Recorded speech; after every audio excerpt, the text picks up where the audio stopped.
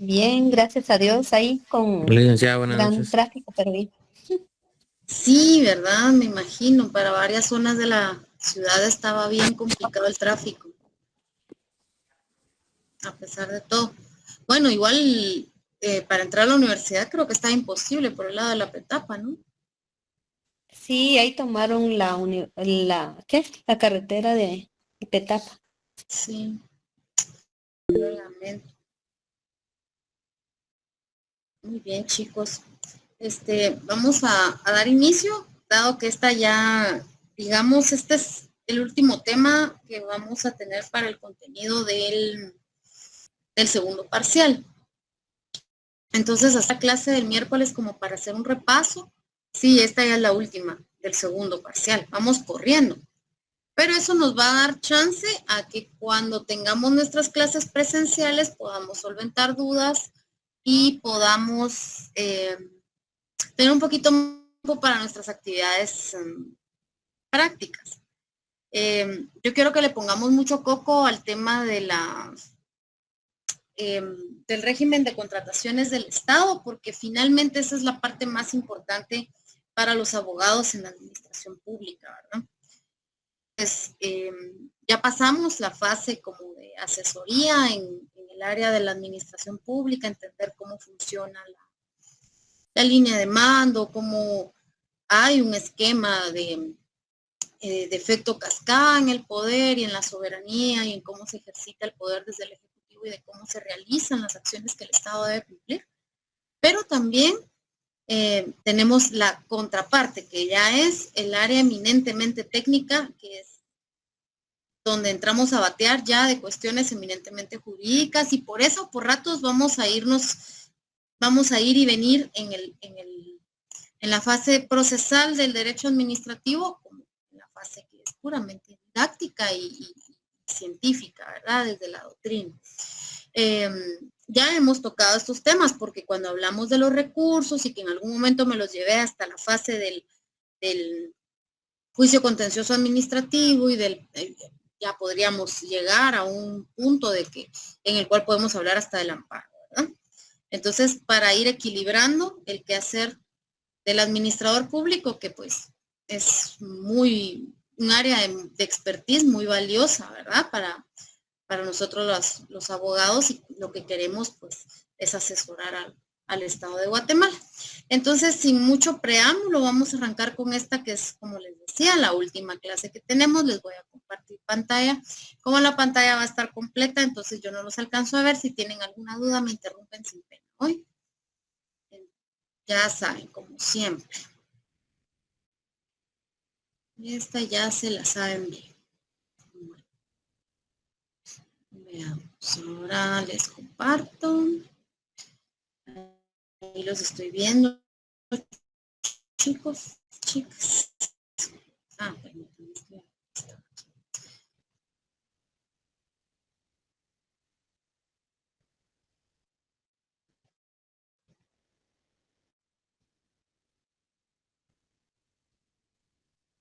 Estoy haciendo acá, permítanme, chicos, no sé qué pasó hoy. Vamos a salir de acá. Vamos de nuevo.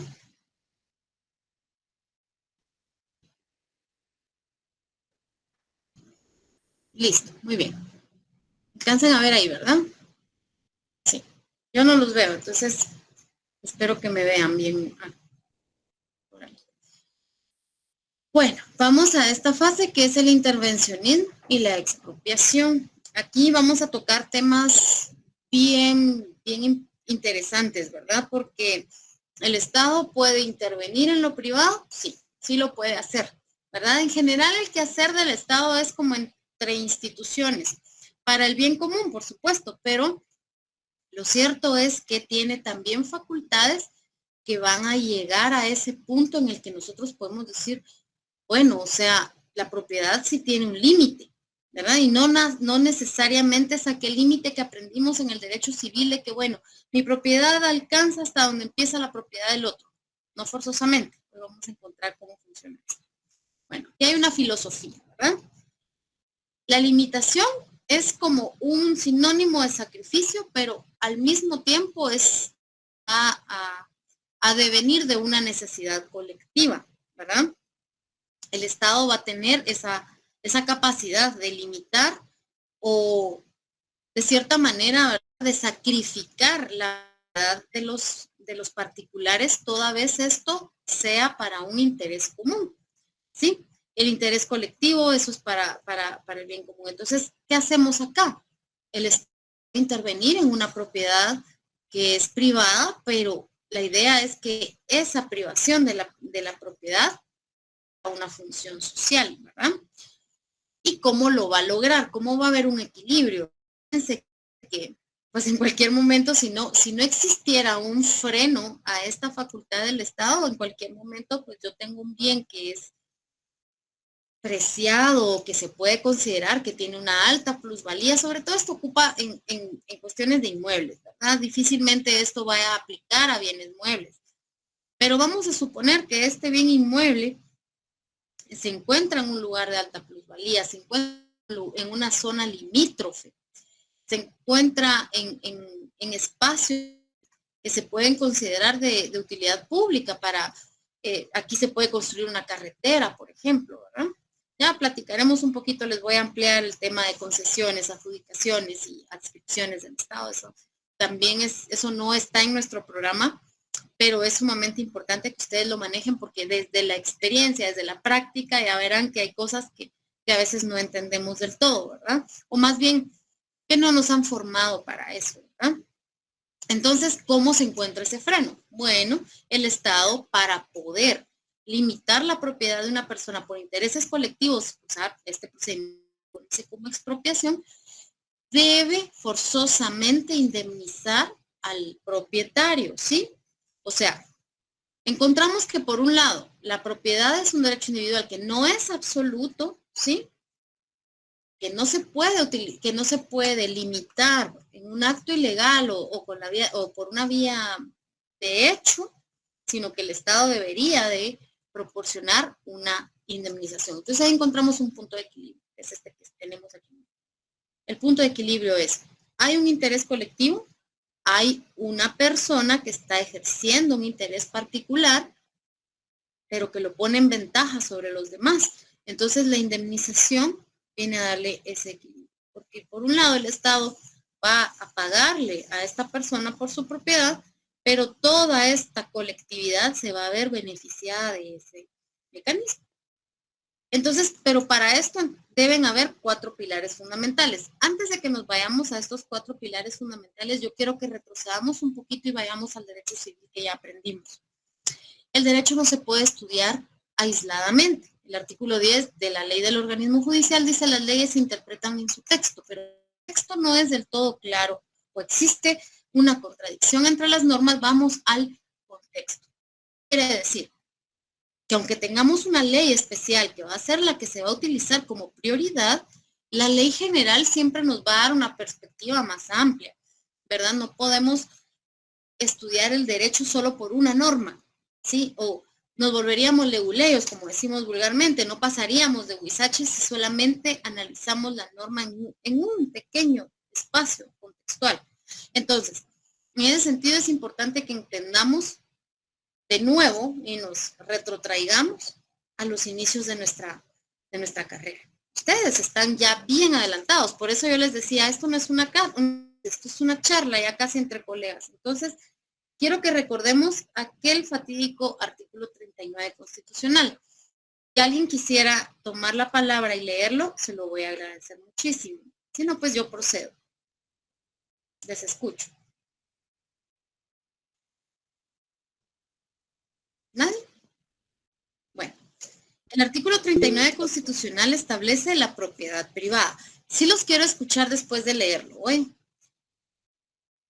Y textualmente establece, se garantiza la propiedad privada como un derecho inherente a la persona humana. Desde ahí encontramos una nulidad desde el inicio. Este principio se le llama nulidad ab initio. Es un artículo que entre más analiza, más, no sé, más chocante se vuelve. Al menos a mí me da cada vez más enojo cuando lo leo. La persona puede disponer libremente de sus bienes de acuerdo con la ley. Ok, hasta aquí estamos bien. Hablar de la propiedad como un derecho inherente a la persona humana implica, ¿sí?, que por el simple hecho de estar vivos, de respirar, de estar acá, deberíamos tener todos un patrimonio personal, ¿sí? Estamos creando ese vínculo entre la persona humana y la propiedad. Entonces esto va a permitir que la explotación de la propiedad pueda recaer en una persona por el simple hecho de haber nacido. Y entonces aquí es donde vamos formando aquellos grandes contrastes en la sociedad. Estamos diciendo, bueno, tú naciste con propiedad, eso se vuelve parte, es un derecho humano fundamental. Encontramos más o menos cuál es nuestro esquema social de vida, cuál es nuestro estadio social en Guatemala, pero no tenemos condiciones de darle o de conferirle este derecho fundamental a todos. ¿Sí?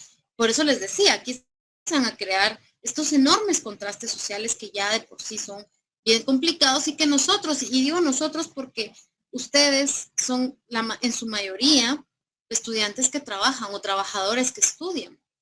Somos esa clase media que encontramos todos los días un gran tráfico, que todavía consumimos gasolina porque por eso tenemos que ir a nuestros trabajos y si no, no nos podemos movilizar y que estamos aportando a la sociedad porque también nos debitan los impuestos, ¿verdad? Entonces tenemos o cargamos con esa carga tributaria y ahí vamos manteniendo ese esquema de propiedad privada que es bastante injusto, de cierto. Entonces luego en el segundo párrafo dice, el Estado garantiza el ejercicio de este derecho y deberá crear las condiciones que faciliten al propietario el uso y disfrute de sus bienes, de manera que se alcance el progreso individual y el desarrollo nacional en beneficio de todos los guatemaltecos. Es un artículo bien poderoso, la verdad, y pues si tenemos un leve ápice de conciencia social, encontramos que regularlo de esta manera permite, ¿verdad? Permite que estas desigualdades se mantengan y perduren por generaciones aún más. Entonces, por eso tenemos que tener mucho cuidado. Si alguien tiene un criterio diferente o discrepa de esto, pues también es válido, ¿verdad? Y puede expresarlo en cualquier momento que desee. Pero por ahí encontramos que hay una limitación que el Estado puede ejercer, porque como va a estar limitado por el derecho a propiedad de los demás. ¿Sí? Por ahí aparecen los principios registrales de primer tiempo. Por ahí vamos aprendiendo que existen muchas formas de propiedad, que existe incluso un justo título, ¿no? Que en algún momento podemos ejecutar y que aunque no tenga una inscripción registral, es un documento válido y suficiente para acreditar la propiedad de un inmueble o su posesión. Podemos encontrar que por ahí está la usucapión y por allá encontramos que hay aluvión y que por allá hay abulsión y el derecho civil es vasto y amplio. Pero hay algo que el derecho civil nunca nos dijo. El derecho civil nunca nos dijo, el artículo 40 de la Constitución establece la expropiación. Y la expropiación es bien concreta. O sea, dice, establece la ley o la Constitución en este caso, que en casos concretos la propiedad privada podrá ser expropiada por razones de utilidad colectiva. O sea, aquí volvemos a otros artículos de la Constitución que establecen que el interés público prevalece sobre el interés particular. El beneficio social o el interés público debidamente comprobadas. La expropiación deberá sujetarse a los procedimientos señalados por la ley. ¿Cuál ley, verdad? Es el decreto 529. Y bueno, dice, el bien afectado se justipreciará por expertos tomando como base su valor actual. Y aquí está debate. Yo creo que cuando empezábamos en nuestro primer semestre de la universidad, escuchamos allá el famoso decreto 900 que contenía la reforma agraria. Una reforma agraria no implica dividir el país en pedacitos y que cada uno le toque una parcelita y que miren ustedes cómo hacen después. No. La reforma agraria implica otorgarle parcelas de tierra, sobre todo aquella tierra ociosa que no se está utilizando. Yo creo que ustedes todos han puerto en algún momento y ustedes, mira, ¿qué hacen? Grandes extensiones de tierra, aquellos grandes latifundios que algunos están total y completamente rebosados de sembradíos de caña de azúcar. Es muy mala para la salud también, ¿verdad? Pues también ahí sale el ron de caña y ahí tenemos un producto de exportación y que es un pilar de la economía guatemalteca. También encontramos por ahí la palma africana, que ni siquiera es oriunda de estas tierras, pero bueno, ahí estamos con aceites y azúcares que son muy dañinos para nuestra salud, pero que son muy buenos para la economía.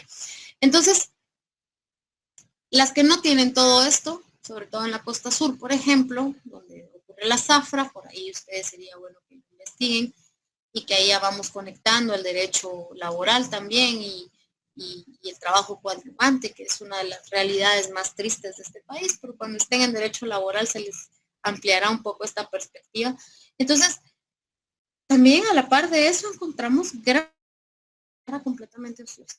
Lo que tienen es maleza, en el mejor de los casos, o bien, pues, simple y sencillamente están ahí de adorno, ¿no? Entonces, esas extensiones de tierra que nadie está aprovechando se le podrían otorgar a aquellas personas que son capaces y hábiles de trabajar esa tierra. O sea, ¿por qué el Estado habría de expropiar a mi favor una extensión de tierra ociosa? No habría. La verdad, a mí se me mueren hasta las suculentas a veces, ¿verdad? Soy honesta. No por falta de cuidado, sino por falta de tiempo, la verdad, mayormente, y porque no es algo para lo que yo nací, ¿verdad? O sea, mi forma de vida es una forma de vida más pragmática. Entonces, pero por supuesto, una persona, una mujer, un hombre que se dedica a la agricultura, esa tierra la va a poder aprovechar. No haría lo que yo haría con ese espacio, ¿verdad? Entonces, eso es parte también de un fomento que tiene varios pilares. Entonces, también podría ser que esta gran extensión de tierra podría ahorrarnos horas de camino si por ahí pues hacemos una carretera, ¿no? Que va a beneficiar a gran cantidad de comunidades y que pues a mí realmente no me afecta en nada porque yo pues ni siquiera tengo sembrada ahí una suculenta. Entonces, aquí están los pilares. Primero, la seguridad. La idea es proteger la integridad porque si no hay una indemnización, entonces se vulnera la integridad del derecho de propiedad per se. Por ejemplo, también encontramos aquí que el Estado no podría expropiar, por ejemplo, un espacio donde vamos a hacer un edificio enorme y está cerca de un aeropuerto, ¿verdad? Sería inaudito, porque entonces estaríamos limitando. Después este ejemplo, por poner un ejemplo, ¿verdad? Pero tampoco podríamos utilizar un espacio de tierra, expropiarlo para pasar una carretera y no nos dimos cuenta que dentro de este terreno había un nacimiento de agua. Ya veremos cuáles son esos bienes del Estado que son de utilidad pública. Entonces, restricciones y de seguridad. Luego la higiene y las normativas de salud, ¿verdad? Que son pilares fundamentales. Esto lo encontramos en el artículo 44, ¿verdad? Porque es un derecho inherente a la persona. Acá les decía que ese es el artículo que establece, el artículo 44 es el que establece que el interés social prevalece sobre el interés particular. Está en su segundo párrafo. Entonces, por ejemplo, tampoco vamos a expropiar una casita, digamos, una casita acá en el centro de la ciudad, en el centro histórico. Y ahí vamos a colocar un recolector de basura. Dios guarde, ¿verdad? Fíjense, ya es suficiente con tener un relleno sanitario en la zona 3 de Guatemala, en la zona 3 capitalina, que cuando llueve y cuando pasan, pues toda la ciudad lo resiente, o si hay un incendio, o si hay un deslave, un desprendimiento de tierra, y ha pasado que el cementerio general tiene problemas graves con esta situación. Entonces, bueno, no podríamos hacer eso. O sea, hay normativas de higiene y de salud para el uso de la propiedad que se va a expropiar. O sea, no podríamos utilizar cualquier tipo de terreno para convertirlo en vertedero, ¿verdad? La estética, porque, o sea, existe la preservación del patrimonio cultural de la humanidad, ¿verdad? Aquí nos vamos a la UNESCO, que es la Organización de las Naciones Unidas para la Educación, que es la que le otorga la calidad de patrimonio cultural a un bien del Estado. Entonces, ejemplo, ¿verdad? Vamos a expropiar un inmueble en la antigua Guatemala que ya tiene sus características específicas y que está protegido por el Consejo de Conservación de la Antigua Guatemala. Yo les ponía este ejemplo. Y lo vamos a utilizar para hacer un edificio de 8 niveles que va a aglutinar a 6 ministerios y va a tener representación de Instituto de Turismo, de MINEX, de otros ministerios en Antigua Guatemala. No podríamos hacer eso. Y por último tenemos el medio ambiente, que ya es un término acuñado y aceptado por el Programa de las Naciones Unidas para el Desarrollo. Cuando yo era estudiante, como ustedes, decir medio ambiente era un pecado capital, porque decían el ambiente es uno solo y no se puede vivir por la mitad. Actualmente es un término perfectamente acuñado y que ustedes lo pueden encontrar incluso en la RAE y dice, bueno, sí, se refiere a cuestiones ambientales y de la naturaleza. Entonces, en el artículo 97 de la Constitución encontramos ese régimen de protección del medio ambiente, ¿verdad?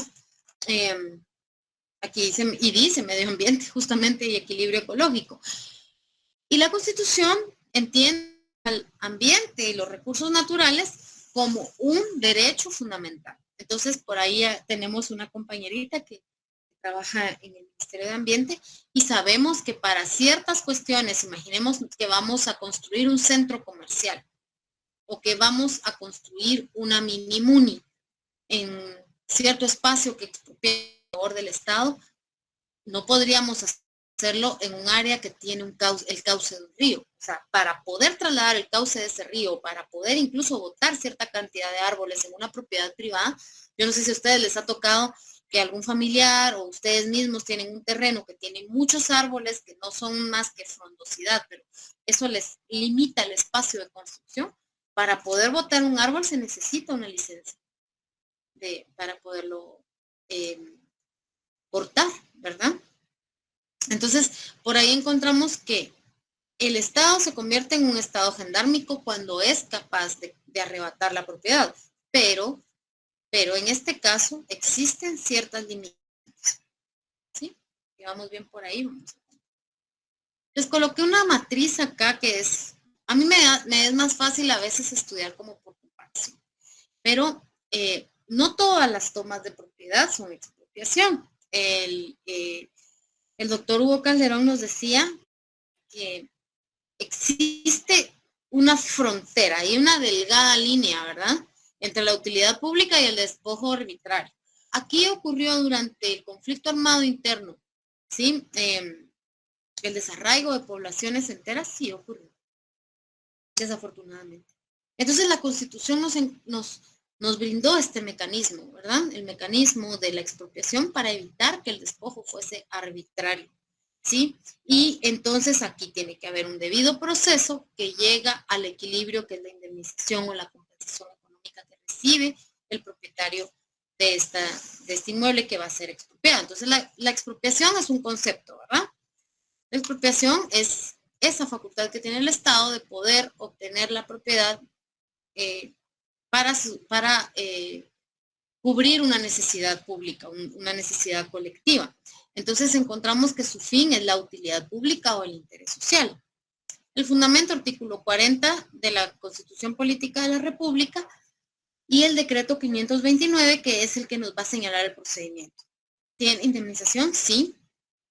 La indemnización se hace efectiva antes de la expropiación. O sea, antes de que el Estado pueda tomar posesión de esa. Perdón, todavía sigo un poquito malita. De ese bien.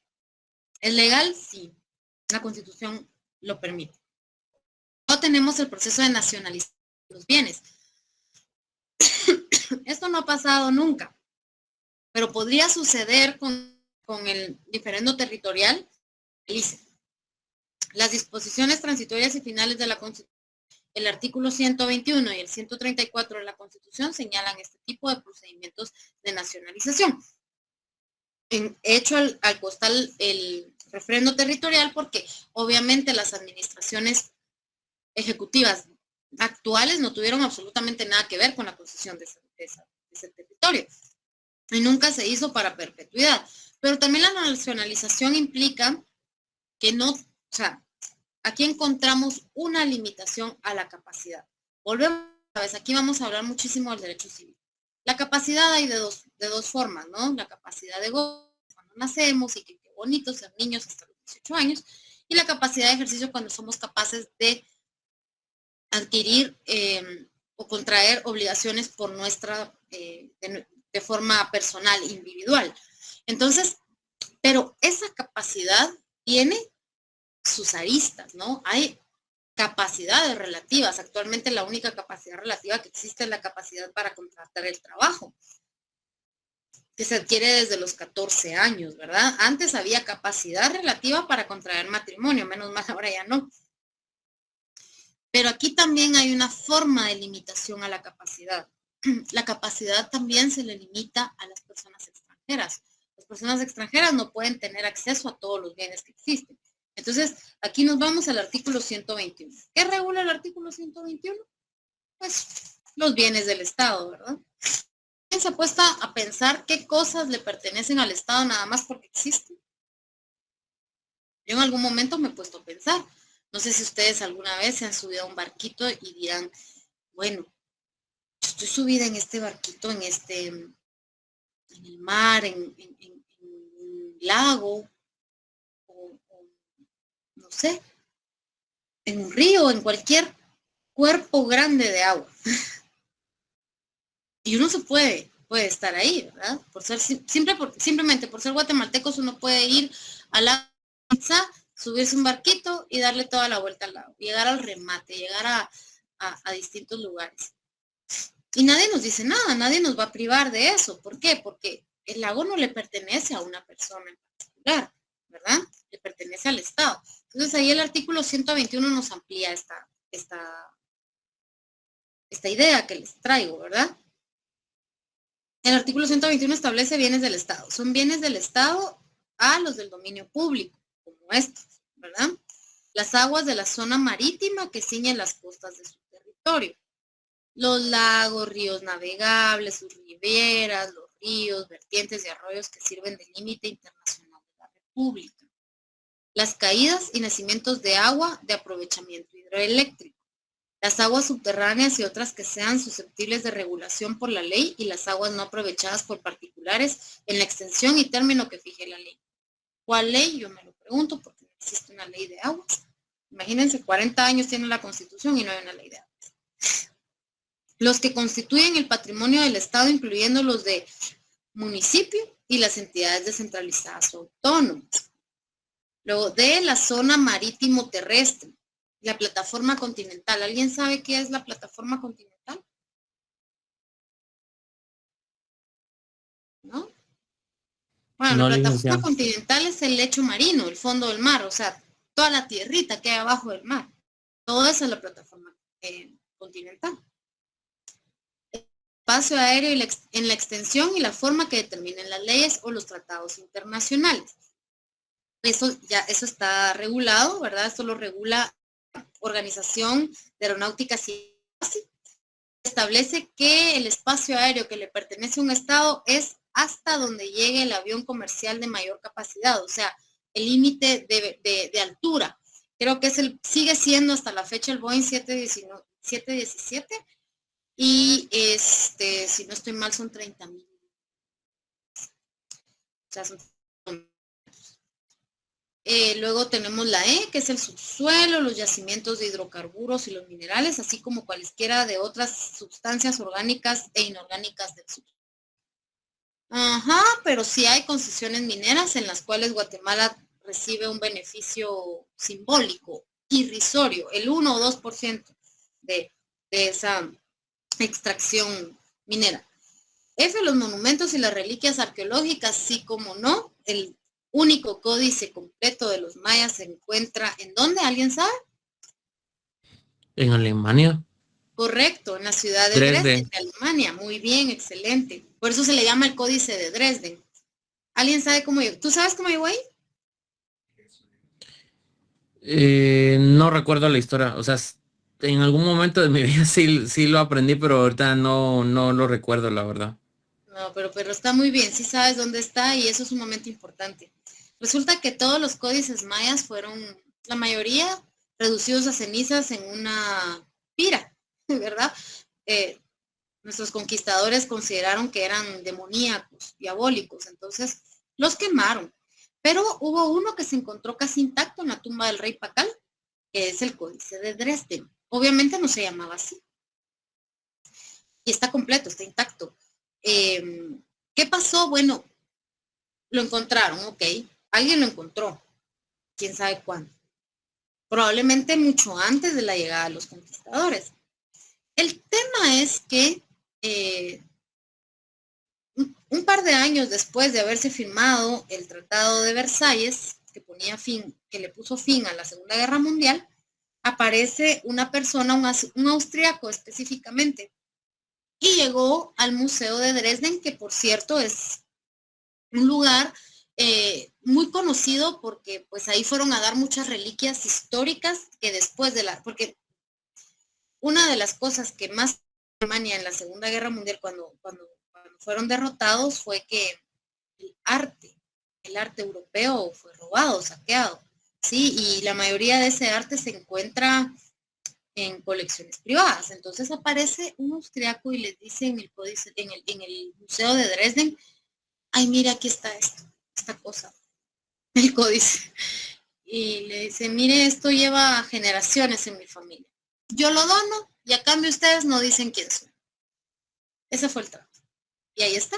Entonces, ustedes quieren ver el Códice de Dresden, uno llega ahí y hay una puerta con una escafandra en medio. Es una caja fuerte, pues.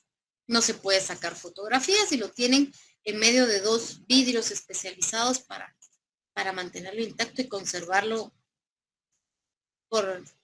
a perpetuidad, por eternas memorias, ¿verdad? Por lo valioso que es el único que sobrevive. Entonces, no forzosamente las reliquias arqueológicas son propiedad del Estado. Por ahí tenemos la pirámide más grande, inmensa, es casi dos veces la gran pirámide de Giza. Y bueno, ¿qué pasa? Que para llegar ahí es un problema, ¿verdad? Son casi que 5 días a pie y, bueno, en helicóptero es un poco más rápido, pero si se sobrevuela y si se hacen los estudios arqueológicos correspondientes, se sabe que en la punta, en la cúspide, la corona de la pirámide, había un mascarón de jade enorme, muy grande. Hay una réplica casi exacta, no está a escala, sino que es casi del tamaño que es en el Museo de Arqueología, Etnología, y no recuerdo cómo es el nombre completo del museo. Está en la zona 13 de Guatemala. Y ustedes podrían ir a verlo si les llama la atención. Era exactamente así, el mascarón de jade, pero ese estaba en la cúspide de la pirámide. ¿Y dónde están? Nadie sabe. Los dinteles del Gran Jaguar, pues por ahí andarán en algún museo. Creo que esos están en el Smithsoniano en Inglaterra. En fin. Son cosas tristes, ¿verdad? Yo esto lo comparto como catarsis, pero en fin. Luego la G, los ingresos municipales, así como los de carácter privativo, le asignen a las entidades descentralizadas y autónomas. Los bienes privativos de todos son nada más y nada menos que el fondo común que le llamamos, ¿verdad? Todo eso es propiedad del Estado. O sea, al final todo va a caer a esa misma cuenta. Una cuenta estatal que le pertenece al Estado de Guatemala y no a sus instituciones delimitadas. Luego, las frecuencias radioeléctricas. Porque para tener una frecuencia radioeléctrica se necesita un permiso especial del Estado. Entonces, básicamente eso es. Y ahí están las reservas territoriales del Estado y por ahí vamos a encontrar varias cuestiones, como por ejemplo, aquí hay en el artículo 122 hay algo que me llama mucho la atención. Por ejemplo, el Estado se reserva el dominio de una franja terrestre de 3 kilómetros a lo largo de los océanos, contado de la línea superior de las mareas, de 200 metros alrededor de las orillas de los lagos, de 100 metros a cada lado de las riberas de los ríos navegables, 50 metros alrededor de las fuentes y manantiales donde nazcan las aguas, y se exceptúan de esta reserva los inmuebles situados en zonas urbanas. O sea, sí podríamos adquirir un inmueble urbanizado cerca del mar, ¿verdad? A menos de 3 kilómetros. Luego, los bienes sobre los que existen derechos inscritos en el registro de la propiedad con anterioridad al 1 de marzo de 1956. De esa edad era la Constitución anterior, o sea, vamos a ver, 56 o la del 65, por ahí. O sea, se reconocieron derechos que ya estaban contenidos hasta en 2 constituciones anteriores. Entonces, aquí viene aquí es a donde quería llegar, ¿verdad? La nacionalización. Los extranjeros necesitan autorización del Ejecutivo para adquirir en propiedad inmuebles comprendidos en las excepciones de los 2 incisos anteriores, o sea, en zonas urbanas y los que tenían ya derechos inscritos en el registro de la propiedad. Cuando se trata de propiedades declaradas como monumento nacional o cuando se ubiquen en conjuntos monumentales, el Estado tendrá derecho preferencial en toda enajenación. ¿Por qué llego a esto? Porque aquí está proceso de nacionalización. ¿Hay indemnización? Gente sí, pero no forzosamente.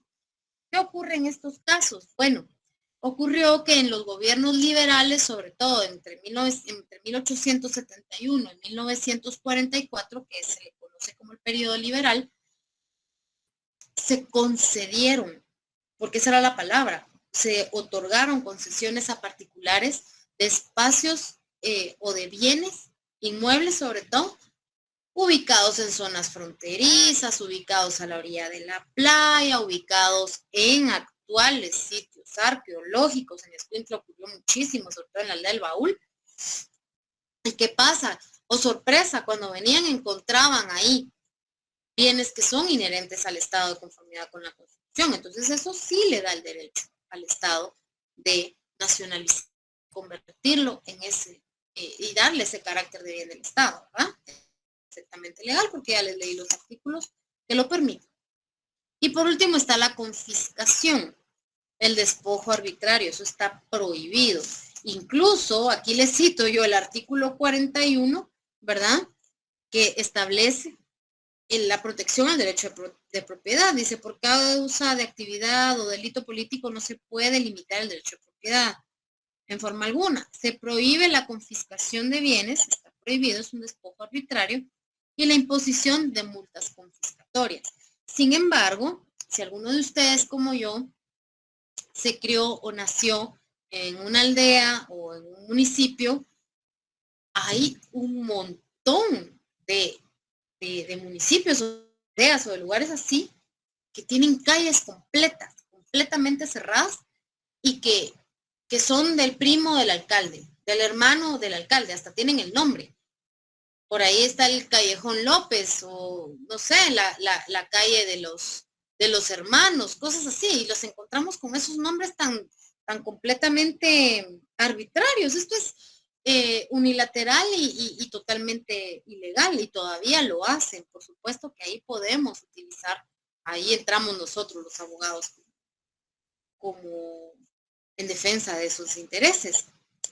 La imposición de multas confiscatorias, los puedo mandar a leer la ley de probidad de funcionarios y autoridades del Estado, pero pues eso es materia más de derecho laboral. Aún así, en lo administrativo sí nos pueden imponer una multa frente a nuestros salarios si, por ejemplo, omitimos realizar la declaración jurada patrimonial dentro de los 30 días posteriores a la firma de un contrato o de su aprobación. Entonces es un problema.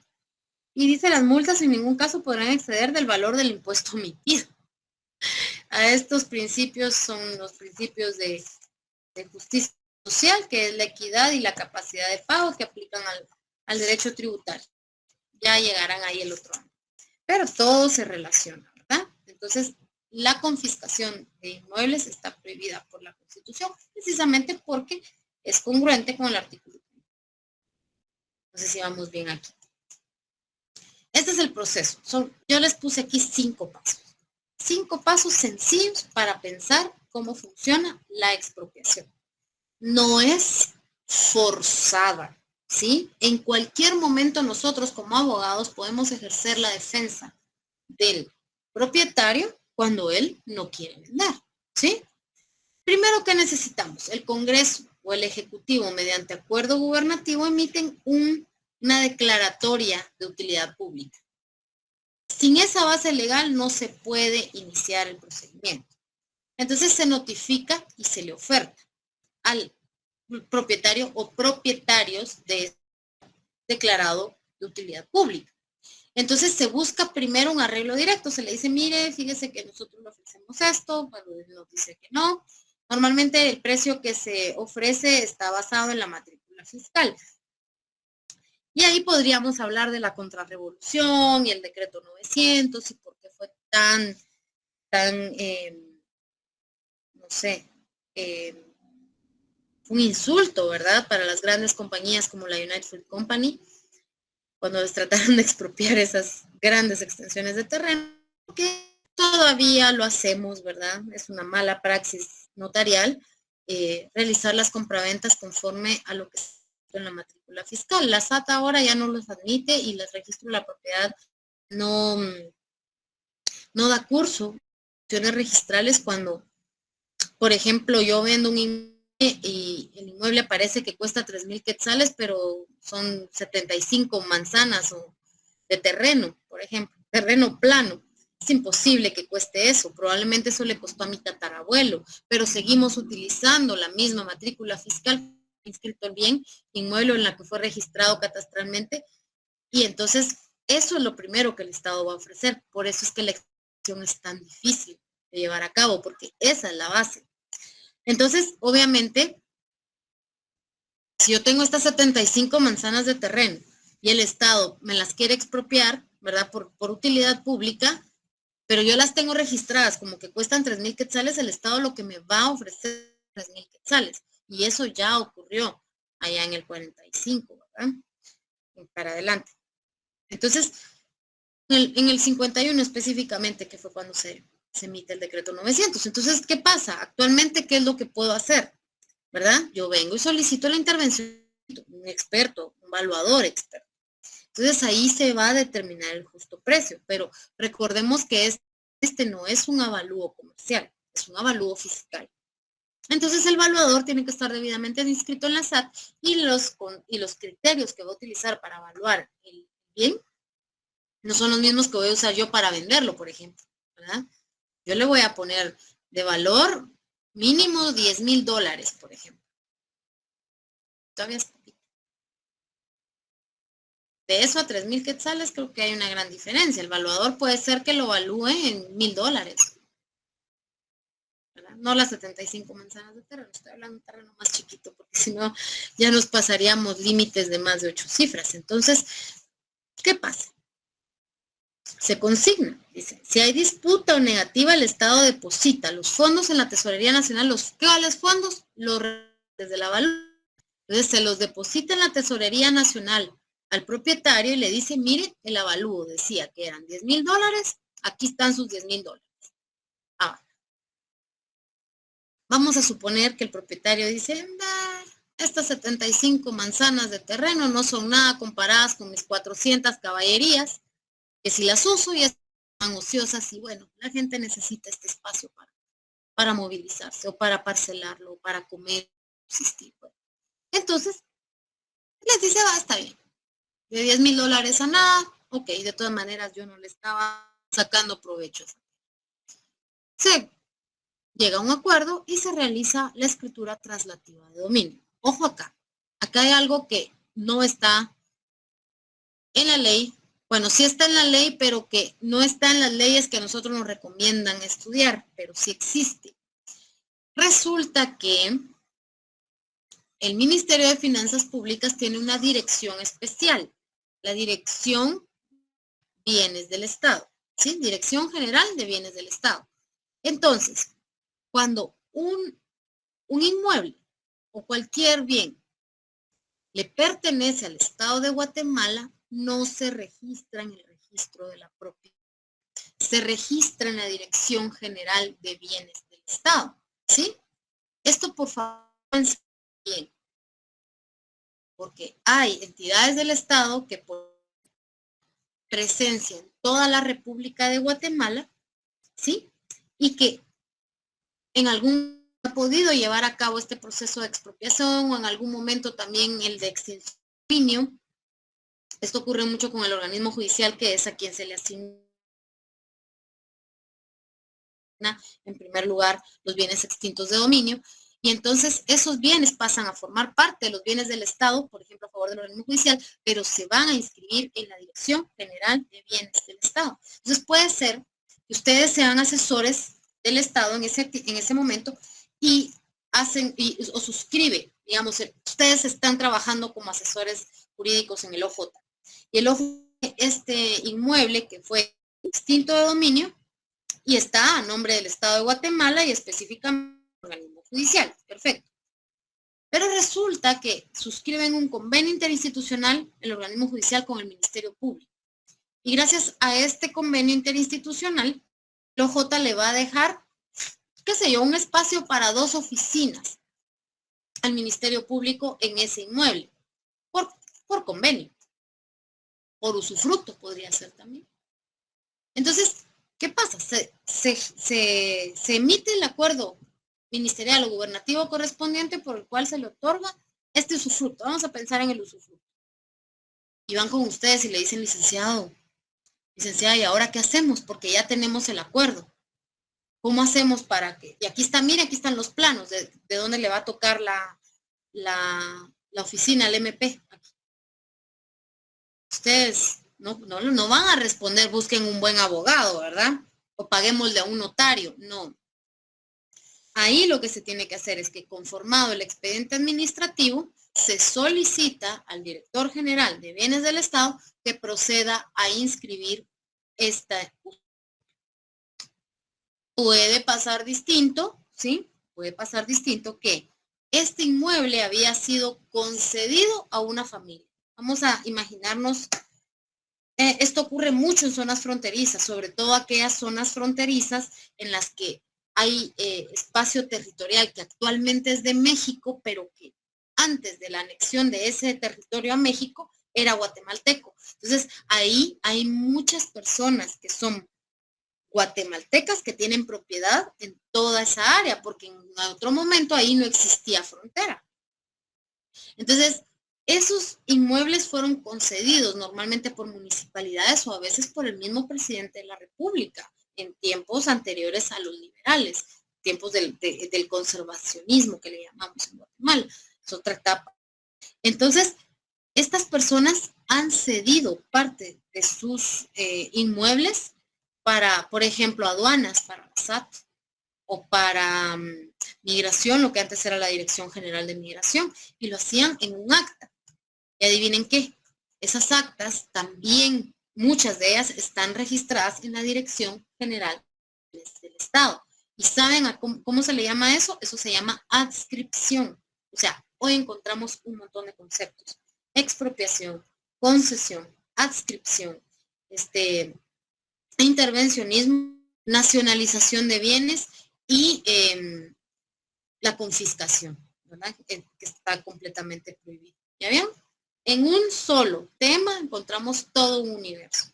Entonces, la escritura traslativa de dominio se realiza. ¿Por qué hay que hacer escritura? Bueno, porque el inmueble le pertenecía a un particular. Entonces, hace la escritura traslativa de dominio a través de la escribanía de gobierno, y esa escritura, un expediente administrativo, se inscribe, como dijimos, en la Dirección General de Bienes del Estado. Pero por otro lado, tenemos la otra cara de la moneda. Y la otra cara de la moneda, ¿cuál es? Que el propietario se oponga totalmente y se inicie un juicio de expropiación. Eso se va a tener que hacer ante un juez de primera instancia civil. ¿Sí? ¿Qué vía será? Ya han recibido procesal civil. Sí, ¿verdad? Ustedes ya están en procesal civil 1. ¿Cuál es la vía común para una oposición? ¿La vía ordinaria? La vía ordinaria, muchas gracias, excelente, es correcto. Por la vía ordinaria se va a presentar la oposición. ¿Y en dónde? A ver, vamos a competencia y a capacidad. A ver, judicial. ¿En dónde presento yo una demanda cuando se involucra un inmueble? ¿qué juez sería el competente ahí? Obviamente ya dijimos primera instancia civil, pero territorialmente. ¿El de donde se encuentra el bien inmueble? Es correcto, en donde se encuentra el bien inmueble, excelente. Si fuera un juicio de familia sería en donde están los menores, ¿verdad? Pero pues esos son orales. Entonces, ahí vamos a ir encontrando. Este universo todo se relaciona. Y la razón por la cual yo les voy relacionando todo el universo es porque ustedes están de ir a su privado. Entonces, todo esto ya lo tienen que tener concordado en su... ¿Sí? El artículo 40 de la Constitución, de una vez pónganle artículos 1 y 2 del decreto 529. Y aquí, miren, les resumí todo el procedimiento. Les ahorré una noche de lectura del decreto. Entonces, y ahí las vamos a ir concordando, porque es sumamente importante que lo tengamos bien claro. Yo les cité ahí el artículo 44, que es el que está, que el interés social prevalece sobre el interés particular, ¿verdad? Y era lo que les decía, aquellos, la imposición de multas confiscatorias, y por aquí les coloqué, aquí tengo en mi Constitución el artículo 6 de probidad, y así, nos podemos ir a todo un universo que hoy lo vimos y en materia civil.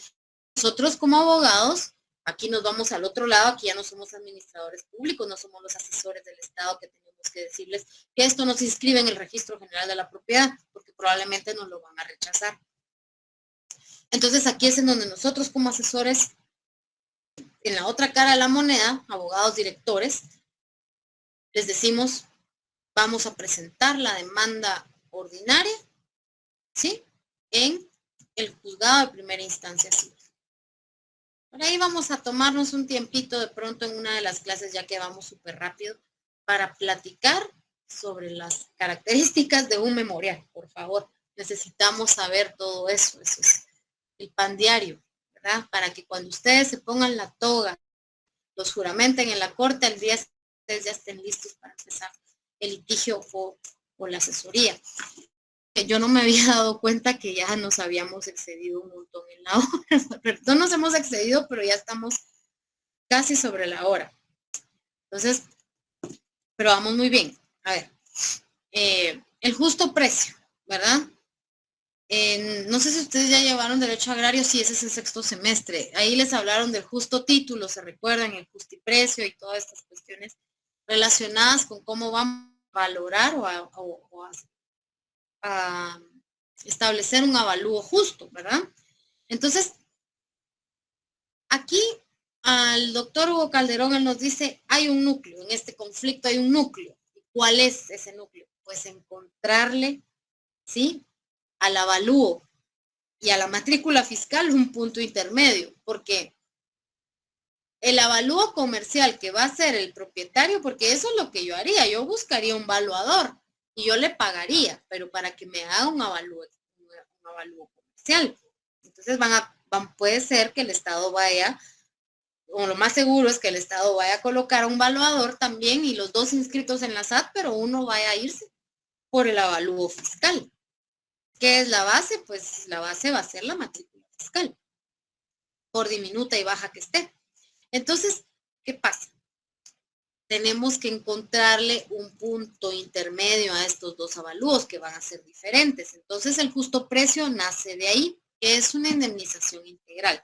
Entonces, el valor comercial real es el avalúo comercial, que es un estudio de mercado del terreno. Entonces, ahí el evaluador va a tener que irse a preguntar, mire usted, al vecino, ¿verdad? Al colina, donde estén las colinas, mire usted, ¿cuánto pide usted por este terreno?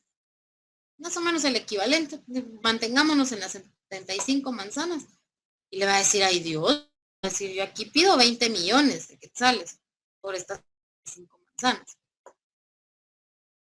Entonces el evaluador comercial va a decir, más o menos por estas 75 manzanas, porque pues aquí hay un nacimiento de agua, hay un riachuelo, y es plano. Fíjese que aquí estaría como en los 25 millones. Se va para allá. Entonces el evaluador fiscal le va a decir, mire, disculpe, pero la matrícula fiscal dice 3. Además, Fíjese que aquí, mire, hay muchos de estos árboles que son solo de sombra. Hay 3 ceibas de aquel lado. Imagínense lo que va a costar lograr arrancarlas, ¿verdad? O botarlas, aparte de la tristeza que eso puede dar.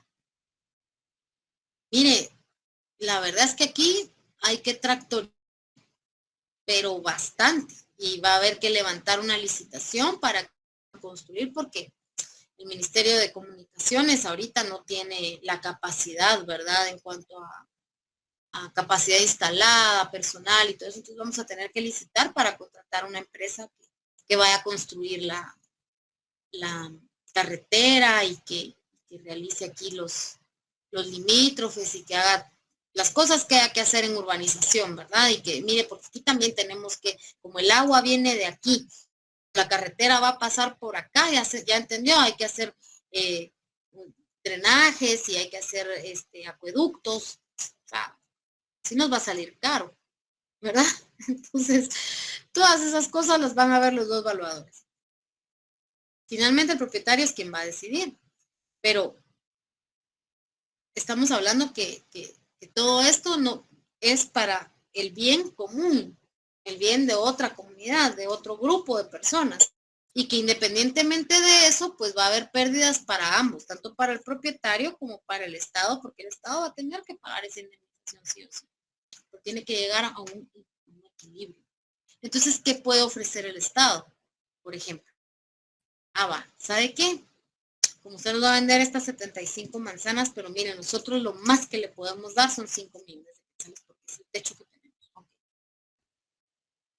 Obviamente es un precio que siempre sigue estando muy por debajo, ¿verdad? Pero es el avalúo fiscal y hasta ahí.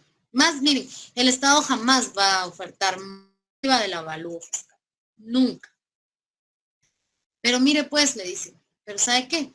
Le ofrecemos aquí una línea directa de electrificación hacia el resto de su terreno, ¿verdad? A la fin de dar como matriz aquí. Entonces, le ofrecemos la línea de electrificación y el dueño, mire, pero fíjese que yo por eso pagaría, ¿qué? 20,000 pesos por poste. No, hombre, es muy, muy poco lo que me ofrece. No alcanza a ser lo suficiente. Mire, pues, y también le vamos a jardinizar y le vamos a circular todo esto con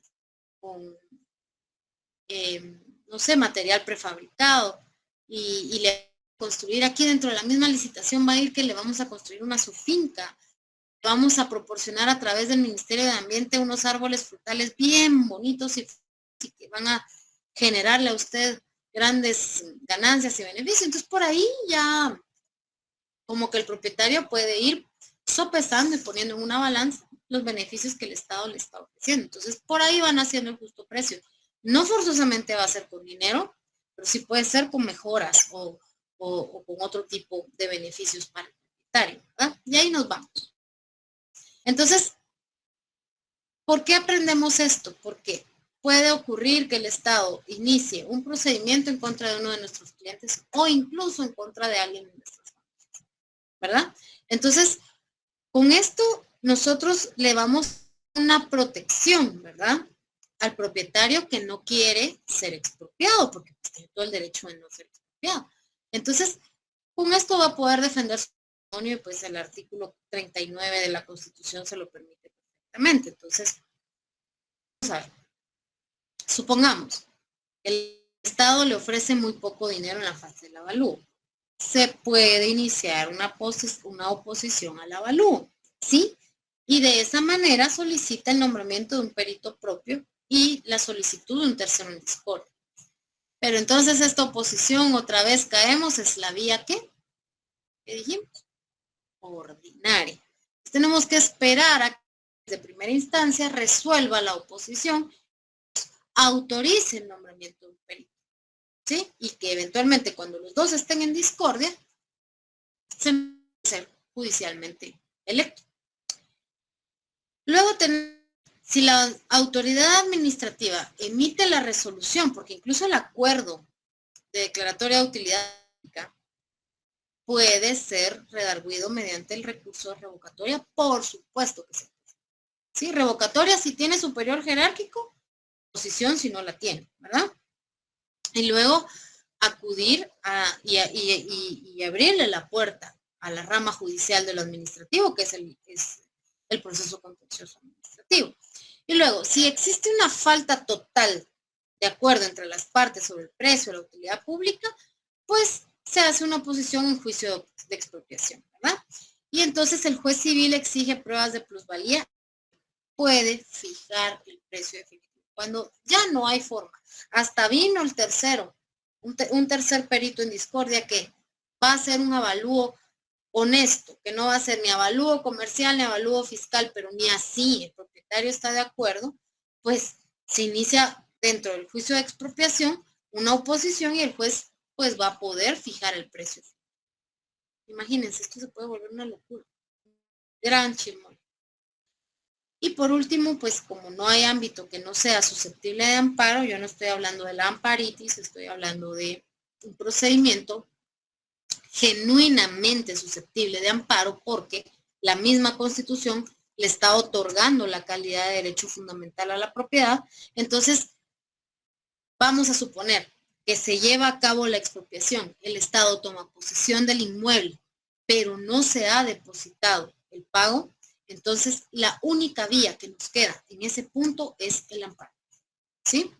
Entonces, si el amparo, en esos casos, miren, rara vez, cuando tienen que ver con cuestiones de propiedad, rara vez la sala o el Tribunal Especial de Amparo no va a otorgar el amparo provisional. Permiten, brevemente les voy a contar una anécdota mía. Yo estaba jovencita y estaba recién graduada y recuerdo, yo vivía en Antigua Guatemala, creo que ya les he contado que soy pues de por ahí. El caso es que me llaman, yo tenía así mucho unas 2 semanas de haberme graduado y fue muy gracioso. Y me llaman con desesperación una persona que yo conocía, muy querida mía, y me dice, Eli, ya te graduaste, ¿verdad? Sí. Es que mira, fíjate que ¿te acordás de Giuseppe? Me dijo yo. No sé quién es, yo tiendo a ser bastante despistada. Pues era un ciudadano italiano que vivía más o menos a 2 cuadras de distancia de mi casa. El señor era famoso porque realmente él tenía problemas respiratorios, entonces el clima frío le hacía mucho daño. Entonces para verano se iba a Italia y luego el resto del año lo pasaba en Guatemala porque el clima le era más favorecedor. El punto es que de esto puede ser que ustedes se acuerden porque salió en la prensa y en las noticias eventualmente, no por mi caso, sino por otros posteriores o incluso anteriores. El tema es que él estaba desesperado porque su regreso a Guatemala ocurrió 2 meses antes de lo usual. Él se iba 4 meses a Italia, esta vez se fue solo 2 meses. Miren, yo también soy una mujer creyente, lo que Dios hace, ese hombre regresó en el momento correcto porque le estaban desahuciando. Entonces, la puerta de su casa de par en par, había un piano de cola en la calle, y había un montón de cosas que él había conservado a lo largo de su vida. Y él estaba llorando en la calle literalmente porque la gente se llevaba cosas, objetos de valor y muy antiguos, muy preciados por él. Entonces, ¿qué hacen ustedes recién graduados ante esa situación? ¿Qué les diré? Por ahí una amiga me dijo, mira, es que ahí mejor, y con palabras muy coloquiales, ¿verdad? Interpone un amparo, me dijo. Y yo la verdad, les soy bien honesta, yo no sabía ni cómo empezar el escrito. Es uno de los escritos más bonitos, ¿verdad? De nuestra profesión. Yo creo que después de la demanda de la demanda ordinaria laboral, el amparo es el más. Es como si en notariado nos piden redactar un fideicomiso, que nos toque ir a trabajar a un banco, sería muy divertido. En fin, para no hacerles muy larga la historia, que yo paré en la sala pidiendo audiencia con la presidenta de la sala. Una gran abogada, ¿verdad? Una de las grandes mentes jurídicas que la Universidad de San Carlos le ha dado al mundo. Ella me había en el privado hace un tiempo, entonces yo dije, voy a acudir a esta persona, la licenciada Crista Ruiz Castillo. Y la fui a buscar y así Rex, como decimos los patojos, los jovencitos. Me senté hasta que me recibió y le expliqué lo que estaba pasando. Y me dijo, mira, esta no es la primera vez que pasa. a ver, enséñame tu escrito. Y le enseño aquel mamarracho como de 3 hojitas. Ay, a ver, para no hacerles muy larga la historia, que tuve una gran suerte porque casi que me dictó el amparo en su momento y me dijo, bueno, presentalo en el de turno y a ver qué pasa, porque este va a entrar acá. Lo conocemos nosotros de seguro. Ella se inhibió, obviamente, porque me había ayudado, entonces entró su suplente y el tribunal resolvió otorgarme el amparo provisional. Me lo dieron como en 2 o 3 horas, o sea, eso fue... Y logré que el pobre italiano metiera sus cosas a su casa. Ya después vimos qué fue lo que pasó. Bueno, ahí iniciaron un proceso de titulación supletoria de un inmueble que tenía inscripción registral. Pero como la persona no estaba, sí, recuerdo que había una falsificación de su firma en la primera notificación que debe ser personalísima y llevaron todo el procedimiento de la titulación supletoria en rebeldía. Eso fue lo que habían hecho.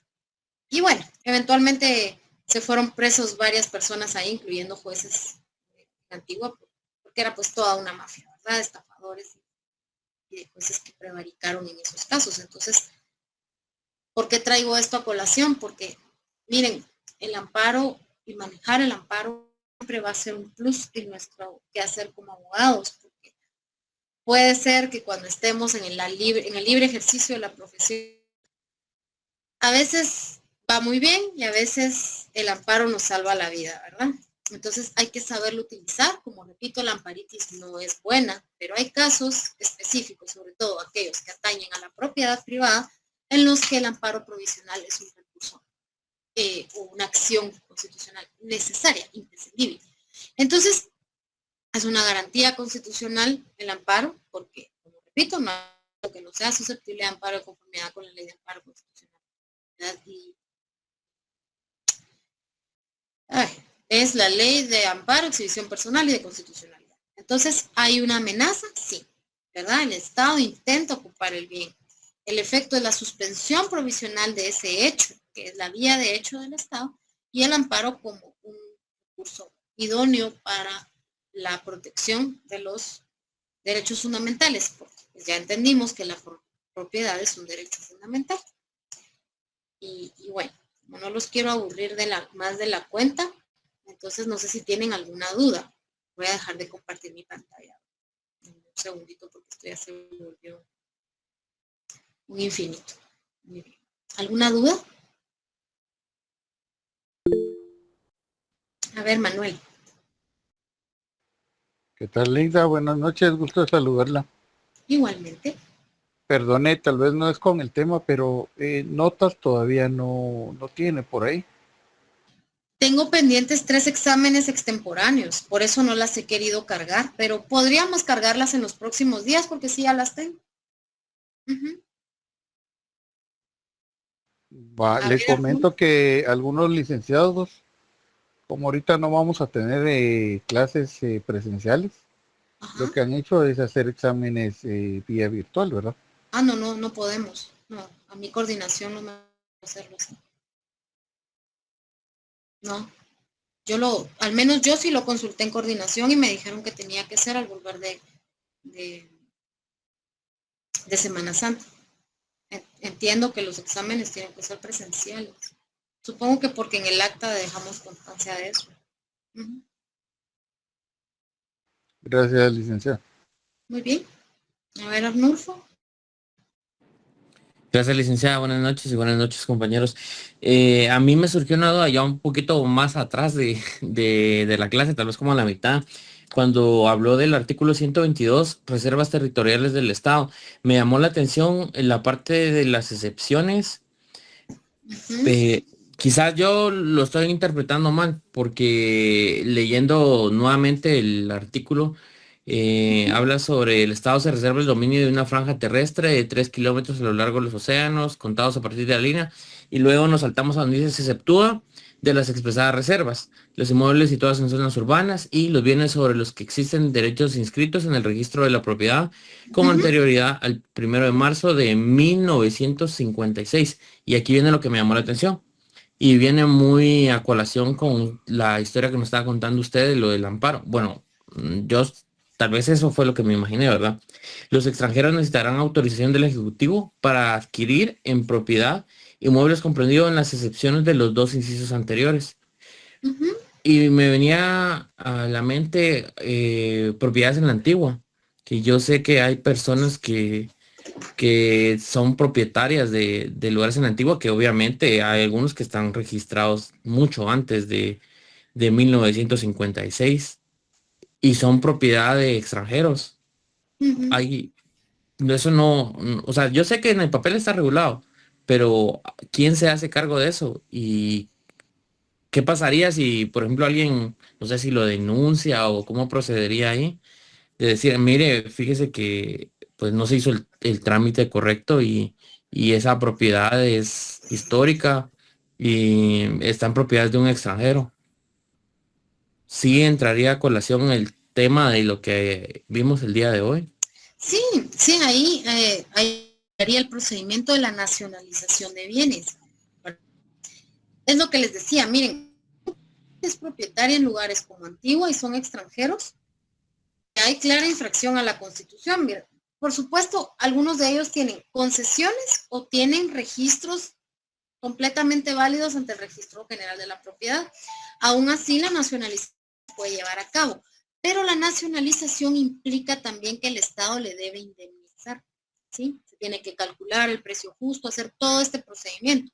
Y a lo largo de todo el procedimiento, esta persona puede irse oponiendo. Les decía, uno se puede oponer a la avalúo, uno se puede oponer a la declaratoria de utilidad pública. Hay de muchos sabores. ¿Qué aplicaría? O sea, tu lógica está bien aplicada ahí, es correcto. Gracias. Y perdone, ahí solo el asterisco, ahí dice que como usted contó su historia, me surgió ese pensamiento porque mi jefa una vez me contó que conoció a Enrique Bunbury.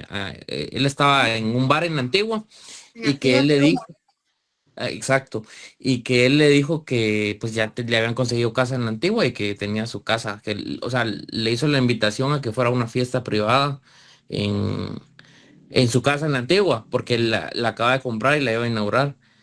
Y por eso bueno, me hice pero como la que la adquisición de conexión ahí. inmuebles, por ejemplo, yo tengo una casa en Antigua, por poner un ejemplo, ¿sí? Yo se la puedo vender a quien a mí me dé la gana.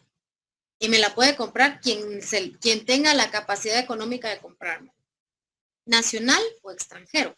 Estamos hablando de límites de ciertos lugares como muy específicos. Por ejemplo, allá en la Antigua hay familias que son propietarias, por ejemplo, de pasajes muy antiguos, ¿sí? Mi oficina, por ejemplo, Calzada Santa Lucía Norte, número 13. Adivinen cuántos números 13 habían en la Calzada Santa Lucía Norte. Habían 6. Y era un problema para mí en Antigua. Entonces, ¿yo qué hacía? Colocaba frente al arco de piedra. Pero había un número 13 justo a la par del arco de piedra. Y el arco de piedra es patrimonio de la humanidad, imagínense. Y hay una propiedad que tiene una pared pegada al arco de piedra.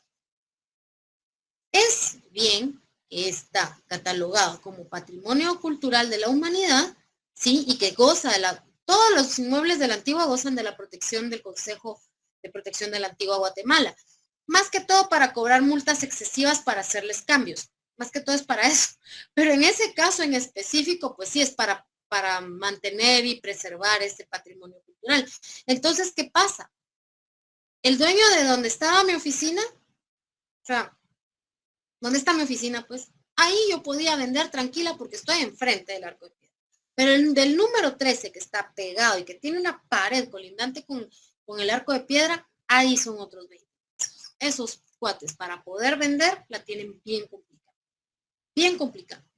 Porque entonces les aplican las restricciones contenidas en el artículo 122, porque no son todos los bienes. Si el bien tiene un registro, en el registro general de la propiedad, incluso los que fueron, más que todo cuando hace la diferenciación a 1956 se refiere a esas concesiones antiguas que hacían, que están sobre todo en zonas fronterizas.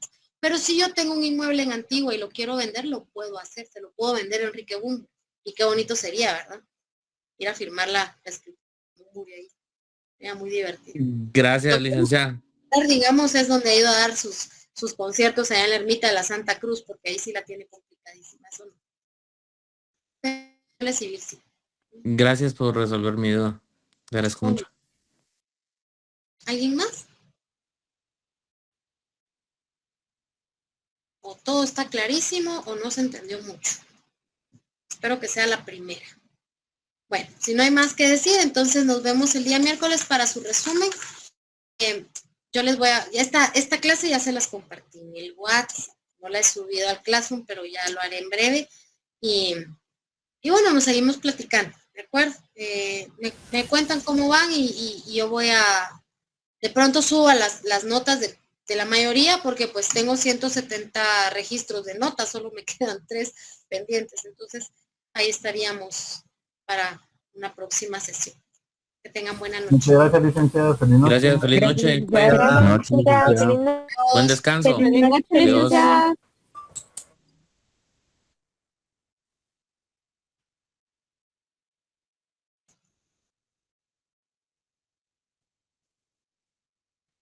Feliz noche, Liga. No es. Extraño verla presencial. Ay, sí, yo también los extraño. A mí no me, sí, yo me llevo más con lo presencial. Podemos hacer más actividades. Pero ya nos veremos pronto. Descanse. Igualmente. Por favor, cuídese, que la necesitamos al volver. Tan bella. Muchas gracias. Sí, prometo que voy a estar mejor. A ver, esta gripe ya la tengo hace casi 4 meses. Pero, ahí vamos. Dice mi abuela que son 7 limones, 1/8, Lita, para esas gripes de resaca. Yo me lo sabía al revés, pero bueno, está bien. Acepto el Bueno, también. Buenas noches. Le tienen mucha fe a esos remedios caseros, pero bueno. Y es que han de ser buenos. Ay, que descansen. Me alegro de verles. Buenas noches. Gracias.